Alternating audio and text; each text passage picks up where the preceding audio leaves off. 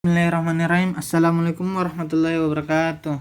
Pada mata kuliah Sejarah Matematika kali ini saya akan menjelaskan materi tentang teori bilangan Euclid.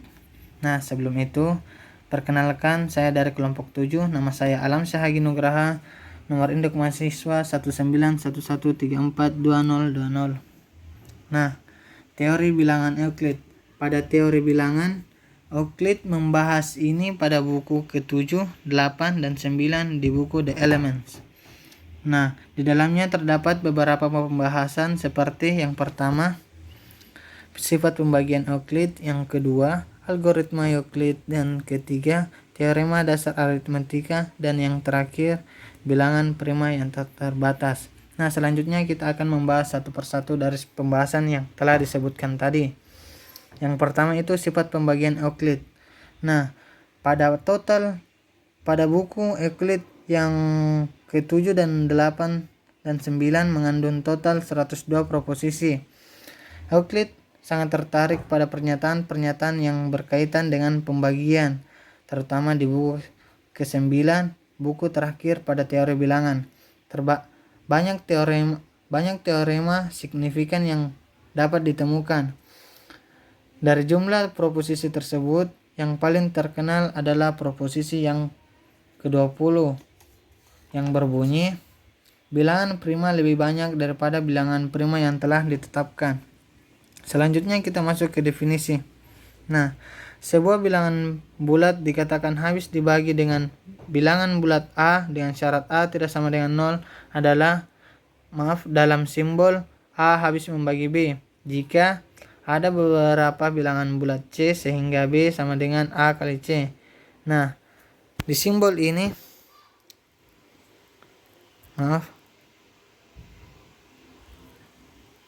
simbol ini dituliskan untuk menunjukkan bahwa B tidak habis dibagi oleh A, atau bisa juga A tidak habis membagi B. Nah, selanjutnya kita ke contoh soal. Ke contoh, misalkan 39 habis dibagi 13. Pernyataan ini benar karena 39 sama dengan 13 kali 3. Namun untuk bilangan 10 tidak habis dibagi 3 karena tidak ada bilangan bulat C yang membuat pernyataan 10 sama dengan 3 kali C itu benar. Nah, selanjutnya yaitu sifat pembagian Euclid. Terdapat 6 sifat. Yang pertama, A habis membagi 0, 1 habis membagi A, dan A habis membagi A. Yang kedua, A habis membagi 1 jika dan hanya jika A sama dengan plus minus 1. Yang ketiga, jika A habis membagi B dan C habis membagi D, maka AC habis membagi BD. Yang keempat, jika A habis membagi B dan B habis membagi C, maka A habis membagi C. Dan kelima, A habis membagi B dan B habis membagi A, jika dan hanya jika A sama dengan plus minus B. Yang terakhir, jika A habis membagi B dan A habis membagi C, maka A habis membagi BX tambah CY. Untuk X dan Y adalah bilangan bulat. Di sini keterangannya yaitu A, B, dan C adalah bilangan bulat. Selanjutnya yang kedua, algoritma Euclid. Nah, teoremanya yaitu untuk bilangan bulat A dan B, ada bilangan bulat lainnya yang memenuhi yaitu Q dan R. Yang dimana teoremanya A sama dengan Q kali B tambah R, dimana dengan syarat R kurang dari B dan R lebih dari atau sama dengan 0. Nah, untuk bilangan bulat Q dan R disebut hasil bagi dan sisanya dalam pembagian A dan B. Pada buku tersebut, mereka menerima teorema pembagian tanpa bukti, mengingat bahwa B adalah pembagi dari A jika dan hanya jika sisa R dalam pembagian A dengan B adalah 0. Nah, selanjutnya menentukan nilai FPB menggunakan teorema Euclid.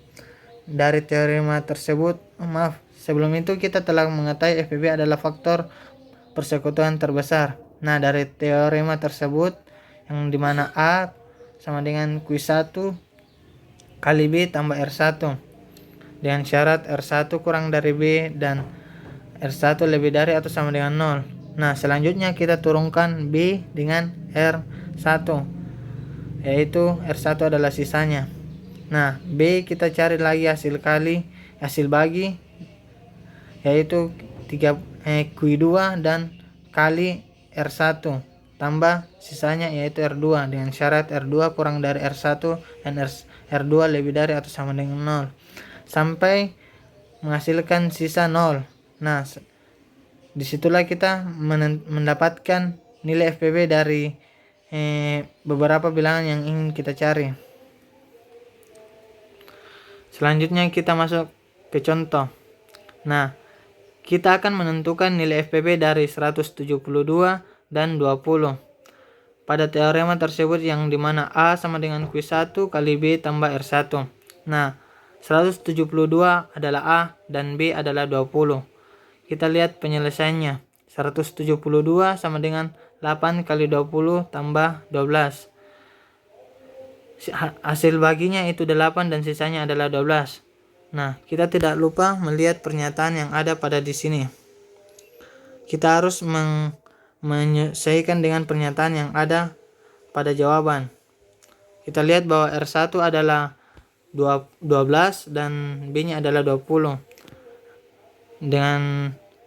Kita lihat bahwa pernyataan yang ada di sini sama sesuai dengan pernyataan yang telah dijelaskan pada teorema, bahwa 12 kurang dari 20 dan 12 lebih dari atau sama dengan 0. Selanjutnya kita turunkan angka 20 dengan 12. Nah, yang kita dapat 20 sama dengan 1 kali 12 dengan sisa 8. Kita lihat pernyataan di bawah ini, dan kita harus menyesuaikan dengan pernyataan yang ada di sini. Kita lihat bahwa R2 kurang dari R1 dan R2 lebih dari atau sama dengan 0. Kita lihat bahwa R2 adalah 8 dan R1-nya adalah 12. Bahwa pernyataan yang ada di sini sesuai dengan pernyataan yang ada di sini. Nah, selanjutnya kita turunkan lagi 12 dan 8, di mana 12 sama dengan 1 kali 8 tambah 4. Nah, pernyataan di sini yang mana R3 kurang dari R2 dan R3 lebih dari atau sama dengan 0. R3 adalah 4 dan R2-nya adalah 8. Dan pernyataan di sini sesuai dengan pernyataan yang di bawah. Selanjutnya kita turunkan angka 8 dan 4. 8, jadi yang kita dapat 8 sama dengan 2 kali 4 dengan sisa 0. Nah, karena sisanya sudah 0, kita telah mendapatkan FPB dari 172 dan 20 adalah 4. Selanjutnya teorema. Terdapat dua teorema. Yang pertama untuk bilangan bulat A dan B, yang keduanya bukan 0, terdapat bilangan bulat X dan Y sedemikian sehingga FPB dari A dan B sama dengan AX tambah BY. Yang kedua, misalkan A dan B adalah bilangan bulat yang keduanya bukan 0, maka A dan B relatif prima jika dan hanya jika ada bilangan bulat X dan Y sehingga 1 sama dengan AX tambah BY. Bukti, jika A dan B relatif prima sehingga FPB dari A dan B sama dengan 1, maka teorema terakhir kita menjamin keberadaan bilangan bulat. Bilangan bulat X dan Y memenuhi 1 sama dengan AX tambah BY. Sebaliknya, anggaplah 1 sama dengan AX tambah BY untuk beberapa pilihan AX, untuk beberapa pilihan X dan Y, dan D sama dengan FPB A dan B. Karena D habis membagi A dan D habis membagi B, kita harus mempunyai D habis membagi AX tambah BY atau D habis membagi 1. Karena D sebuah bilangan bulat positif, kondisi pembagian terakhir ini memaksa D sama dengan 1. Dan yang diinginkan kesimpulan berikut. Nah, corollary ada 2. Corollary pertama yaitu jika FPB A dan B sama dengan D, maka FPB A per D dan B per D sama dengan 1. Corollary 2, jika A habis membagi C dan B habis membagi C dengan FPB A dan B sama dengan 1, maka AB habis membagi C. Selanjutnya yang ketiga, teorema dasar aritmetika. Setiap bilangan bulat positif di mana n lebih dari 1 bisa berupa bilangan bulat prima atau dapat diekspresikan sebagai hasil kali bilangan prima. Representasi ini unik terlepas dari urutan terjadinya faktor-faktor tersebut. Nah, meskipun teorema ini kadang-kadang dikaitkan dengan Euclid, itu tampaknya tidak secara tegas dinyatakan sebelum tahun 1801, yang dimana ketika Gauss menampilkan dalam karyanya Disquisitiones Arithmetica. Hal ini adalah terdapat di proposisi 14 dari buku 9 yang berbunyi, jika sebuah bilangan menjadi terkecil yang diukur oleh bilangan prima, itu tidak diukur oleh bilangan prima lainnya yang menjumlah kecuali yang awalnya mengukur. Nah, selanjutnya teorema. Yang pertama, jika P adalah bilangan prima dan P habis membagi AB, maka P habis membagi A atau P habis membagi B. Bukti, jika P habis membagi A, maka kita tidak perlu melangkah lebih jauh.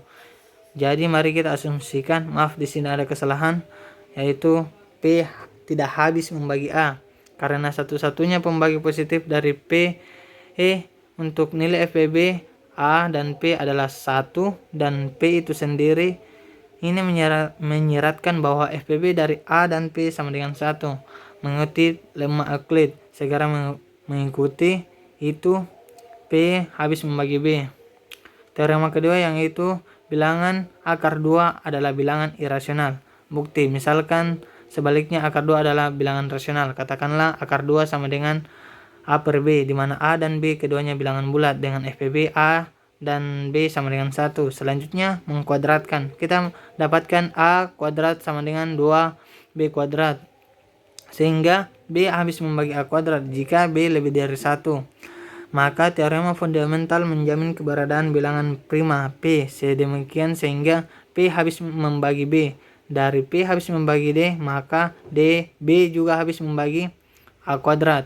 Maka P habis membagi A kuadrat, tetapi kemudian P habis membagi A. Oleh sebab itu FPB A dan B lebih dari atau sama dengan 0. Dan karena itu kita sampai pada kontradiksi kecuali B sama dengan 1.